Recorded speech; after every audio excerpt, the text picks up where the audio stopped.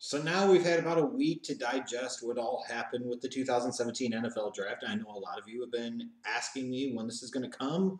Well, the moment in time is here for me to talk about the biggest winners and losers from this year's NFL Draft. I'm splitting it up into two videos. This video is going to be the positive, those that I felt were the winners, and the next video on this channel, of course, will be the fun stuff that I'm sure some of you are looking forward to, which will be the losers, and I'm sure a lot of you are looking forward to me talking about one team specifically, and trust and believe you'll get plenty of that. So let's talk about this draft class and some of the biggest winners. I'm going to start off with some of the honorable mentions. I thought there were 5 teams that did the best in terms of this draft. A couple of players, most notably quarterbacks, that really came out smelling like roses in this too. But some honorable mentions. Some teams that maybe were just a step below, but it doesn't mean that they did poorly for themselves. And in general, I will say that it was a lot easier for me with this draft class, and I think it's a reflection of the talent of the draft class and how well some of these teams did, that it was very hard for me to come up with clear-cut losers for this draft. I ended up with 4 of them in terms of teams and a couple of players specifically, but it was much easier to come up with positives, come up with winners. And I think, again, that is a reflection of the talent in this draft class. This is actually a really, really good draft. Just because the quarterback position itself wasn't that great doesn't mean that it wasn't still a good draft in its entirety. Honorable mentions, I'll go with the Indianapolis Colts. Colts fans, I would think, for the most part, have to be happy because you have to feel with Chris Ballard, you now have a general manager that knows what the hell he's doing. And when you look at how the first 3 rounds played out, you get Malik Hooker, who was the 3rd overall player in this entire draft class, in my mind. You got him at number 15. You didn't have to reach for anybody. You didn't have to gamble on anybody. You didn't have to sit there and trade up to get somebody. You just allowed the draft to play out, and you got a really good player to fall into your lap. Let other teams do things, and let these good players fall to you. And when you're sitting there at pick 15, if you'd have told me 2 months ago the Indianapolis Colts would be sitting there and have the choice of Malik Hooker or Jonathan Allen, I would have thought you were crazy. But that's not the way it ended up playing out. And then getting Quincy Wilson in round 2, I think he's a year 1 starter at corner. And then in round 3, getting Terrell Basham, the edge rusher from Ohio. I love that kid, and I think he's a future starter for them as well. And even going further into round 4, talking about Marlon Mack, the running back from South Florida. He's a guy that could be a nice complement to Frank Gordon, maybe has some starting potential going forward. This is a really good initial offering in this draft by Chris Ballard, and it starts the Colts on a much more positive direction going forward. The Dallas Cowboys had to come into this draft thinking defense, defense, defense, and I like what they did in the first round with Taco Charlton, in round 2 with Chidobe Awuzie, even going into the 6th round with Xavier Woods, the safety. You feel like they had a clear-cut goal and a mission statement, and they were going to do something, all other things be damned, and that's what they did. Now, I know there was some talk about how the Cowboys didn't have Taco Charlton at the top of their draft board. They had a running back at the top of their draft board. You would assume Dalvin Cook, but they ended up taking Charlton because they thought the value of where he was, if he came back in round 2, there was going to be a significant drop-off compared to other positions. I get that, and sometimes that's the way the draft plays out, and I don't fault them for that. Because this is a guy that does have some explosion in length off of the edge. It will be good to see him work with a quality defensive line guy like a Rod Marinelli and see what they can get out of him. But again, for the Cowboys organization, for a team that has built so much of what they did on the offensive side of the ball around the trenches and the multiple first-round picks they have on the offensive line, now it's time, honestly, to build your team similarly on the defense and start investing first-round picks on the defensive line. And Taco Charlton is a step in the right direction. I also look at Kansas City and Houston, and I know we get so always caught up in draft picks, draft picks, draft picks, and you have both Kansas City and Houston traded up big to get quarterbacks in the first round, and what everybody acknowledges was a weak quarterback class, and gave up first-round picks in 2018 in the process. I get why people don't like that, but I think that's misguided because of 2 things. Number one, when you look at Kansas City and Houston, you can make a very strong argument for both of those teams that if they had a real deal quarterback, it would take those teams to another level, and they could potentially really contend with the New England Patriots in the AFC.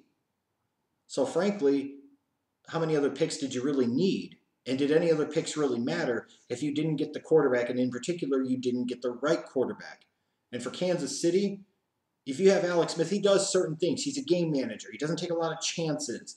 He protects the ball, doesn't turn it over a ton, but he doesn't generate a lot of big plays.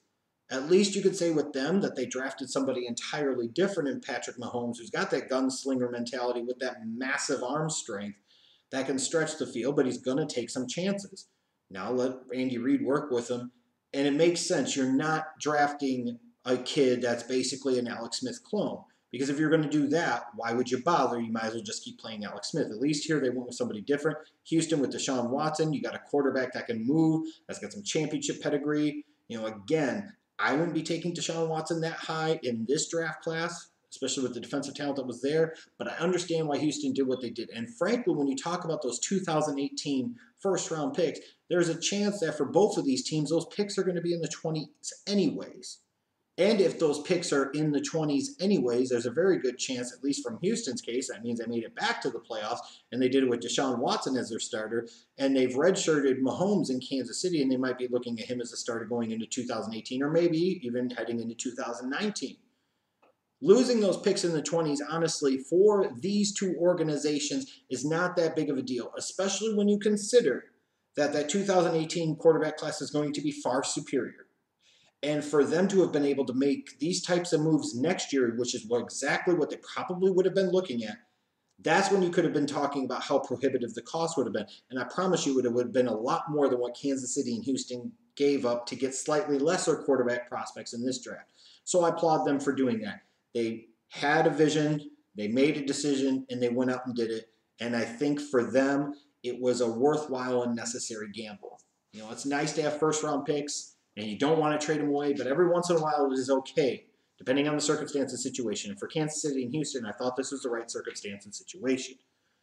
So those are just a few teams that I thought outside of the top 5 did well for themselves for different reasons. Now let's talk about the biggest winners. Cam Newton, getting Christian McCaffrey and Curtis Samuel, two athletic, speedy, skilled players that you can line up at running back, that you can line up at wide receiver.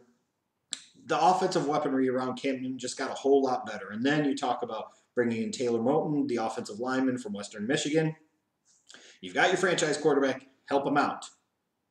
It's amazing that this team has done some of the things they've done with, frankly, the lack of real quality talent at the skill positions on the offensive side of the ball. They used to rely on Ted Ginn Jr. to make big plays, especially now that Kelvin Benjamin is a couple pancakes away from 300 damn pounds. It looks genius that they drafted McCaffrey and Samuel here, two guys that I expect to be explosive day one playmakers in that Panthers offense. Then you look at two other young quarterbacks from the 2015 draft classes in Jameis Winston and Marcus Mariota. You get these young quarterbacks, you get Winston, you get Mariota. You know what you do? You build around them. You get talent around them. And you look at Winston. You signed Deshaun Jackson in free agency. Round 1, you get O.J. Howard to fall into your lap at pick 19. Then later on in round 3, for Christ's sakes, you get Chris Godwin from Penn State, who had no business being on the board at that point in time. You get him in the middle of round 3. That's just crazy. So now you're looking at a weaponry in the passing game at Tampa that consists of Mike Evans, Deshaun Jackson, and Chris Godwin as your top 3 options outside. And at tight end, you've got O.J. Howard and Cameron Brate. And if you get anything out of muscle hamster Doug Martin, you're staring down the barrel of potentially Jameis Winston being a major MVP candidate in 2017. That's how you do it. And then Marcus Mariota. You could talk about the fact that the Titans reached for Corey Davis at pick 5. I don't think it was as egregious of a reach as many want to make it out to be. It's just we didn't necessarily see that coming.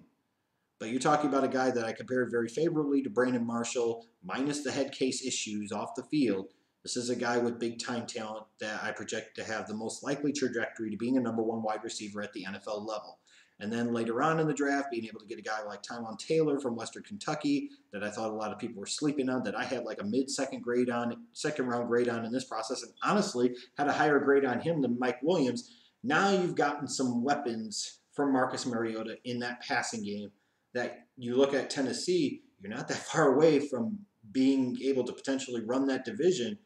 How do you surpass Houston? How do you stay ahead of Indianapolis? How do you keep Jacksonville in the rearview mirror? Help out your young franchise quarterback, and that's what they did. I look at the Baltimore Ravens. I thought it was interesting because They really just added strength to strength. Like their defense is a strong suit, and they really, really emphasize the defense here. With that said, that's not always a bad thing. And in this particular draft, would you rather reach massively potentially for some offensive talent, or would you rather just take good quality players and stay true to your board? It depends on the organization. If you're a crappy organization, you may need to reach because you just have to fill some of those needs. If you're the Ravens, you're in a position where you just stay true to your board and you let guys come to you. And it feels like as you look throughout their draft and what they did, every guy was pretty much taken in the right spot where they should have been. Marlon Humphrey, mid-first round. Tyus Bowser, mid-second round. Chris Wormley and Tim Williams, mid-third round. And then you look at it, those first 4 picks in particular, you could really say every single one of them made sense. They need to continue to get some youth and explosiveness on the edges. They needed somebody else at corner.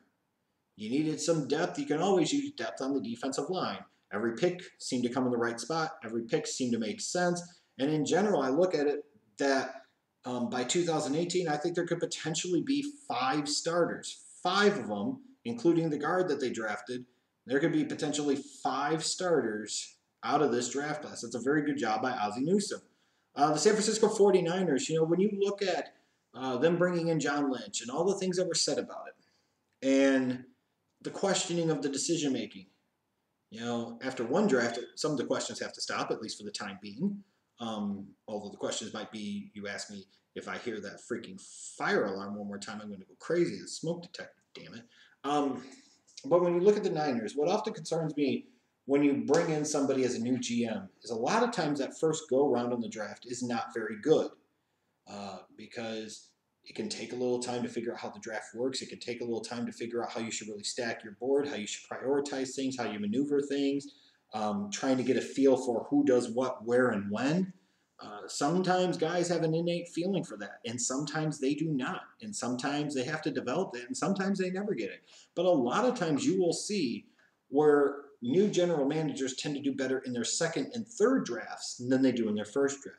So to see some of the positive things that came out of John Lynch's first draft as the general manager of the 49ers was encouraging for the future. You've got a lot of work to do, and they've got a long road to hoe here. But it was a good start. Personally, I love the choices of Solomon Thomas and Reuben Foster for them, especially Solomon Thomas. When you get, in my mind, the #1 prospect in this entire draft class, and you get him at #3 overall, you're doing some work there, and you're just kind of fortunate based off of the way things fell. Then to be able to get Reuben Foster, a guy that they probably had designs on taking at 3rd overall, to get him all the way at 31, I know there are some concerns about off the field. I know there are some concerns about the shoulder. This is a guy athletically is a top 10 type of talent. And to be able to get a Solomon Thomas and a Reuben Foster and get both of them around 1 and be able to trade down from 2 to 3 and play the Chicago Bears the way that they did and pimp multiple picks out of them, pimp a 3rd and a 4th in the 2017 draft and a 3rd in 2018 out of them, and you still got the guy you wanted to take at 2, you take him at 3 anyways, that's incredible work. And then just basically giving up one of the 4th rounders that you had to move up a few spots from round 2 to get into the bottom end of round 1 to where not only are you getting what you feel is a first-round talent in Reuben Foster, a guy that could be an impact player in that defense, but you're also getting him where you have potentially 5 years of control under his rookie contract, which if he ends up missing a portion or all of his rookie season, that still allows you, let's just do that, 4. If you had waited until round 2 to potentially take him, he might not have been there because chances are New Orleans would have taken him at 32. So I thought it was a wonderful job by the 49ers to gamble that the Bears weren't going to take Solomon Thomas, who the Niners really wanted. And then when the Bears did their thing, the 49ers still got Solomon Thomas. And then to have the awareness of other teams and other teams' boards and other teams' preferences to know that if Reuben Foster got to 32 in New Orleans, he was their guy. So they knew they would have to trade ahead of him. I thought it was masterfully done. And then when you look at the fact that the 49ers peel out of the top of round 3 and get the Saints to part with a 2nd rounder next year, and the Bears, as part of that trade up from 3 to 2, gave up a 3rd rounder next year, you talk about a Niners team that goes into the 2018 draft with their first-round pick, which could potentially be very high, and 2 second-round picks and 2 third-round picks. That was maestro type of shit from John Lynch in his first draft. Another team I really like, the San Diego Chargers. You're moving into Los Angeles. One way to excite the people is to have a high-powered, explosive offense. And you have the quarterback to be able to do that in Phillip Rivers. And you also have a limited amount of years that you still have Phillip Rivers. So as long as you're going to have Phillip Rivers there, you better do a better job of surrounding him with talent.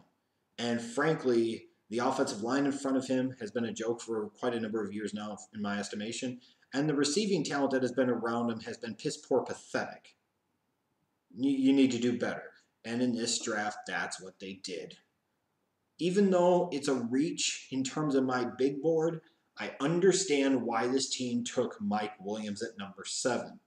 And you're putting Mike Williams in a situation where he's playing with a legit franchise quarterback, a borderline Hall of Fame type of guy. If Phillip Rivers can't get it out of him, there might not be anybody else that can get it out of him. So for the San Diego Chargers, maybe some of the fans would have wanted a Malik Hooker, or they would have wanted a Jonathan Allen, or they would have wanted a Marshawn Lattimore, or they would have wanted this guy, or they would have wanted that guy. At the end of the day, Mike Williams made a ton of sense for the San Diego Chargers. You brought in a new offensive-minded head coach. Ultimately, even if you improve the defense behind Joey Bosa and Jason Verrett and other guys, it's going to be Phillip Rivers in that offense that dictates just what you do in that division and in general behind that offensive-minded head coach and Anthony Lynn. They bring in the offensive-minded head coach, and then they spend their first 3 picks on the offensive side of the ball. And then they get really good value, too, on day 2. I thought they did outstandingly well. I had a first-round grade on Forrest Lamp. They got him in round number 2. I had a second-round grade on Dan Feeney, the guard from Indiana. They got him in round number 3. So you're talking about 2 potential interior starters year 1 that come in and help out in the running game, help out in pass protection. Even going into day 3, guys like Rayshawn Jenkins and Desmond King, especially Desmond King, I think are day 3 guys that come in and contribute, especially King. I think there's a chance he's a nickel-dime Micah Hyde type of player right away as a rookie. Thought it was a quality draft performance for the San Diego Chargers. The team that I thought was the second best during this year's draft was the Washington Redskins. And I did not think this was going to happen, especially when they had fired McLuhan. You're going into with Bruce Allen running the fucking show again. You're like, oh my God, what the hell's going to happen here? But man, it feels like the Washington Redskins hit this out of the park. It really does. This feels like an incredibly solid, borderline, spectacular draft performance. To get my number 2 player in the entire draft in Jonathan Allen to fall to you at number 17 just because of some shoulder concerns was a steal. In the second round, you turn around, you need help at the edge rush position. You get a first-round talent in my mind in Ryan Anderson, again from Alabama. You got 2 really quality football players, 2 guys with really good instincts, 2 guys that are well-rounded players.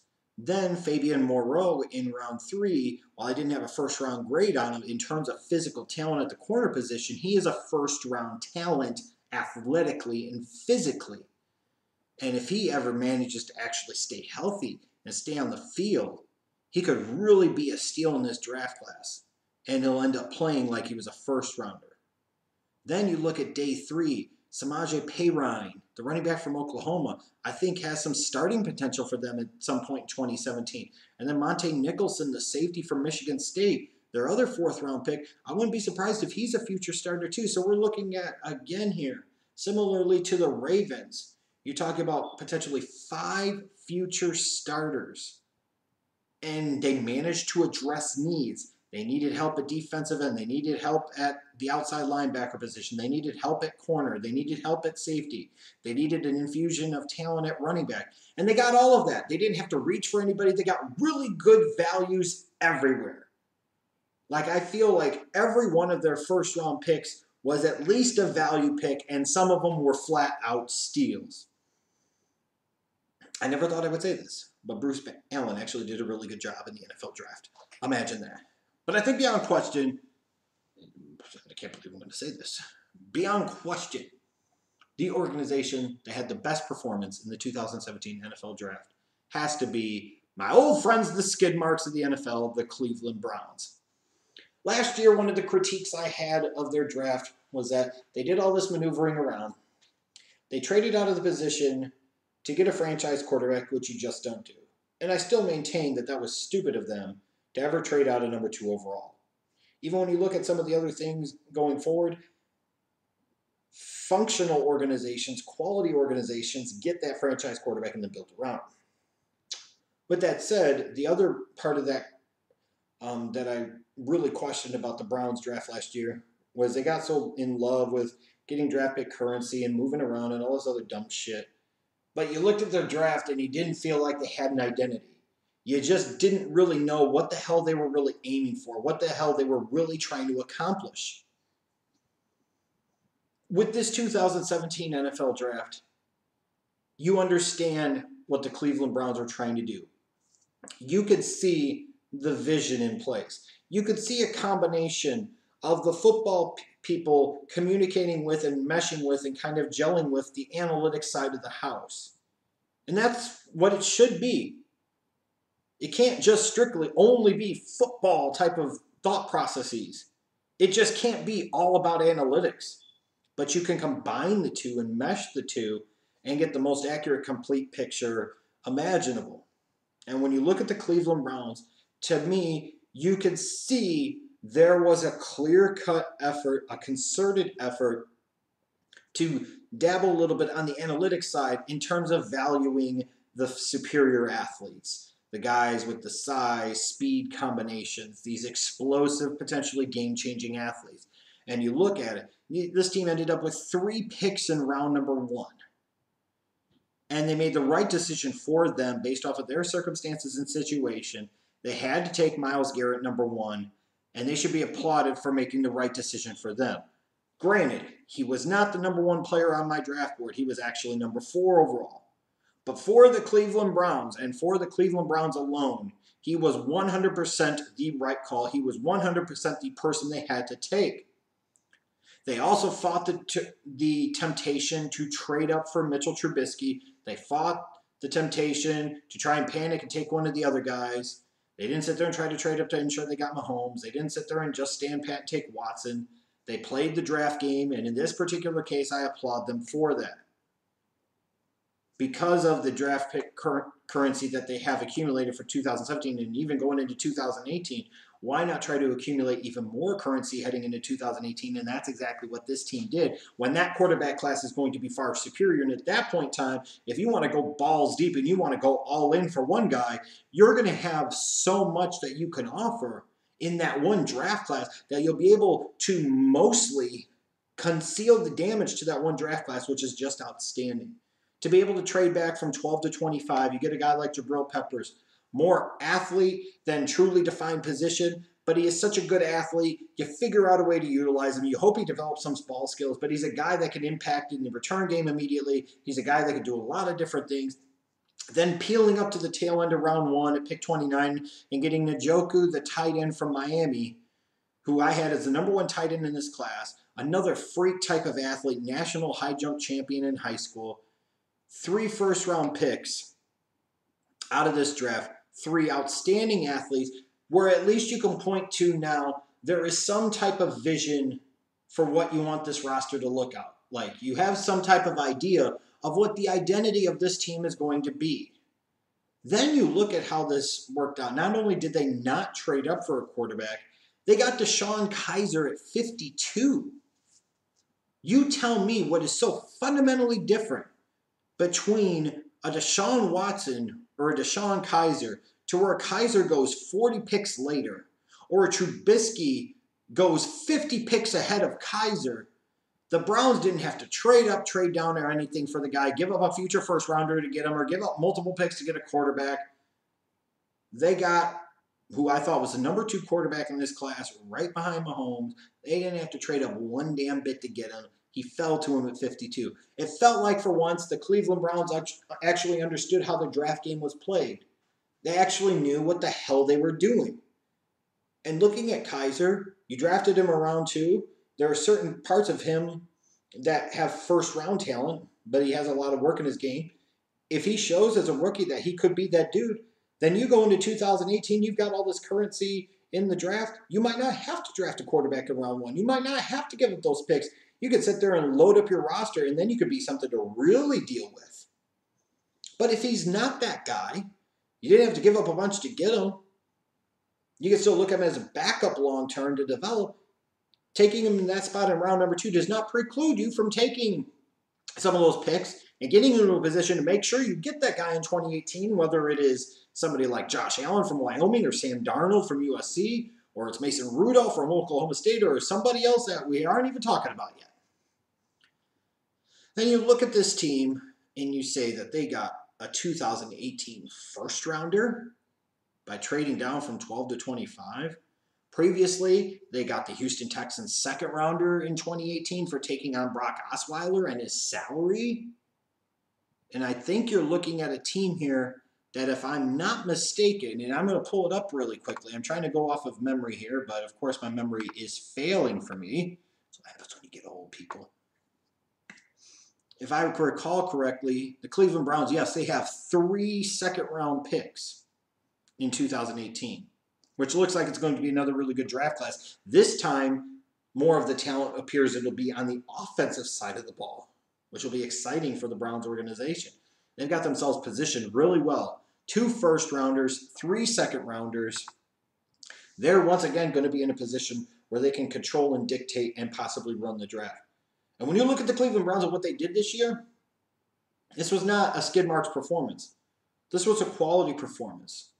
They ran this draft, and they own this draft.